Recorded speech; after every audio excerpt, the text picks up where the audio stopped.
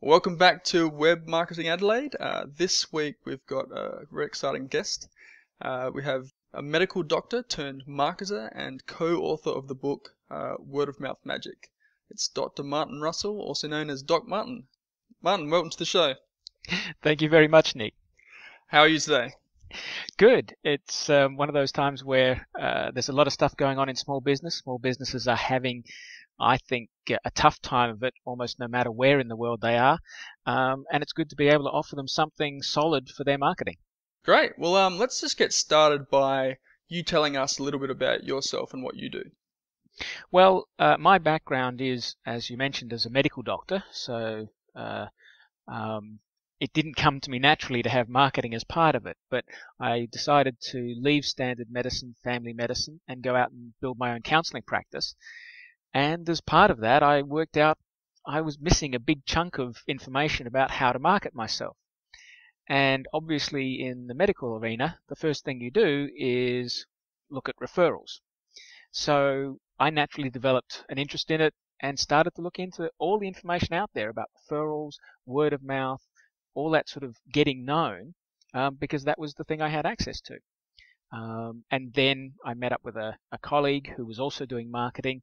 In fact, he did marketing for a number of things, but one of the things he did was he bought a hair salon.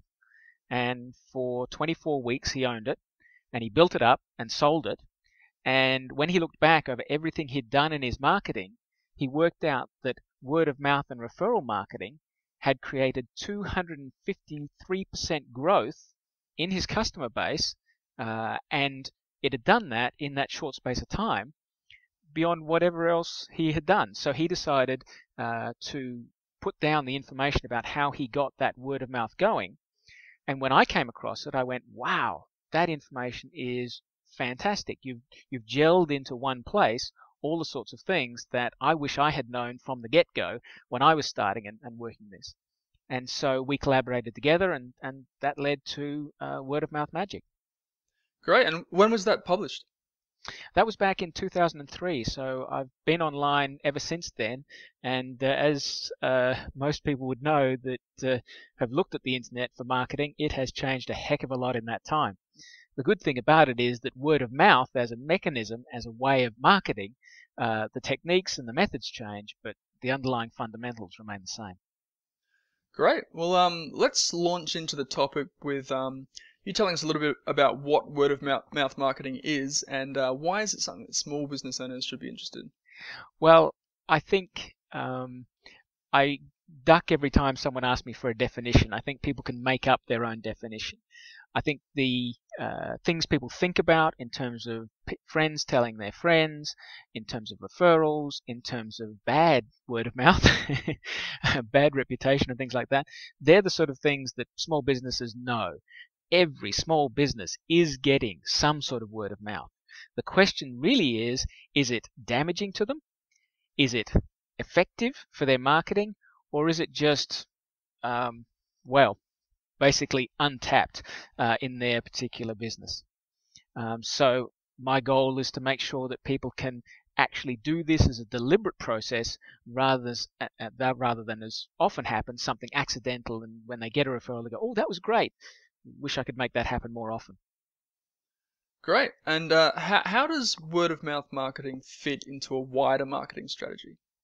Well, I think what you've got to do is look at what your business is doing anyway. I mean, there are the rare businesses that don't use word of mouth, aren't going to get referrals.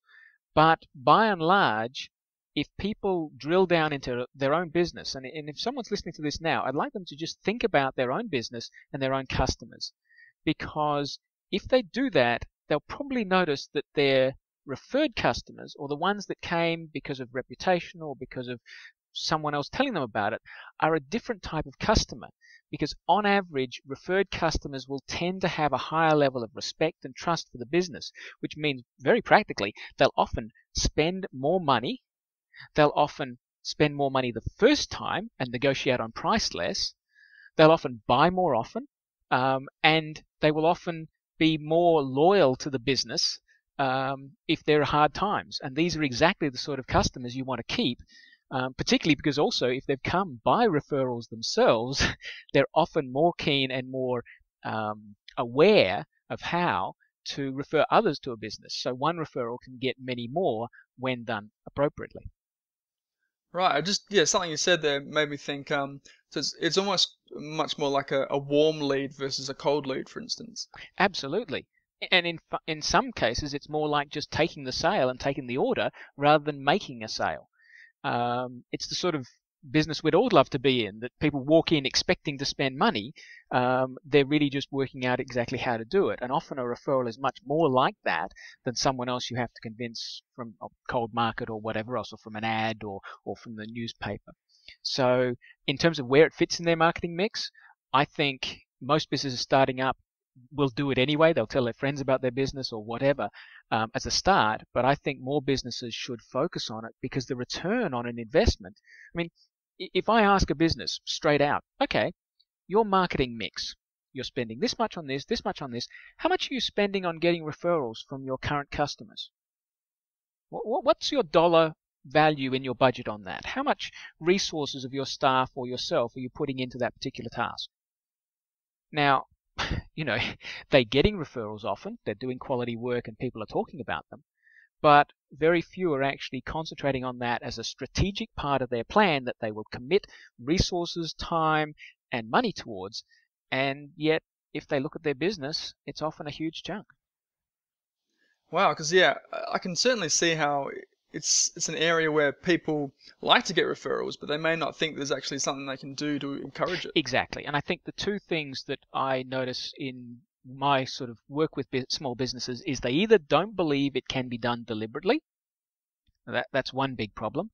Or if they believe it can be done deliberately, they think it requires begging. Do you have to beg? Do I have to go and beg my customers for referrals?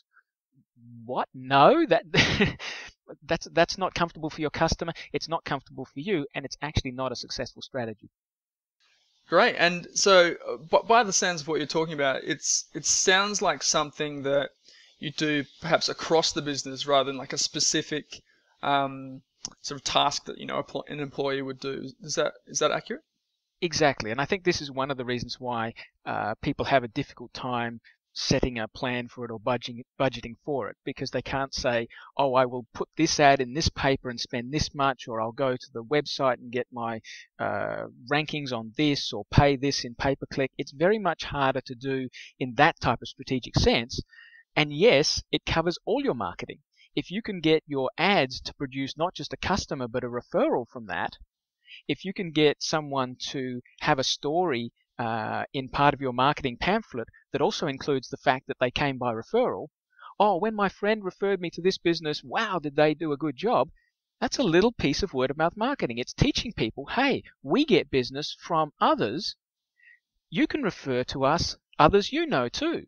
And fit it into the rest of the marketing message. But that has to be done as a deliberate part of your strategy. Great. And is it better, or is it necessarily need to be done by the business itself, or can this be something an external marketing person, if a business has one, can do? Well, certainly different pieces of the strategy, and in terms of web marketing, I would certainly suggest that businesses outsource a lot of that. Most times it's not the expertise of a business to know how to run these specific things, but if it's something like the content of it, or it's about how it beds into the rest of the process, because you want your website to match with your other messages in your marketing and often support it. For example, if your testimonials on your website talk about referrals and word of mouth messages, if your website or your tweets or your LinkedIn profile gives people a story to tell, then those are powerful things in word of mouth, and they're powerful ways of connecting all of what you do together. So you can outsource the techniques, but you really have to keep the spirit of the business and the core of what the word of mouth message is connected very strongly to the actual people in it, and often that's the owner. What is the owner standing for in their business? Why did they get into the business? What is the value they're offering? Those messages have to come through all the way through the business, not just in pieces.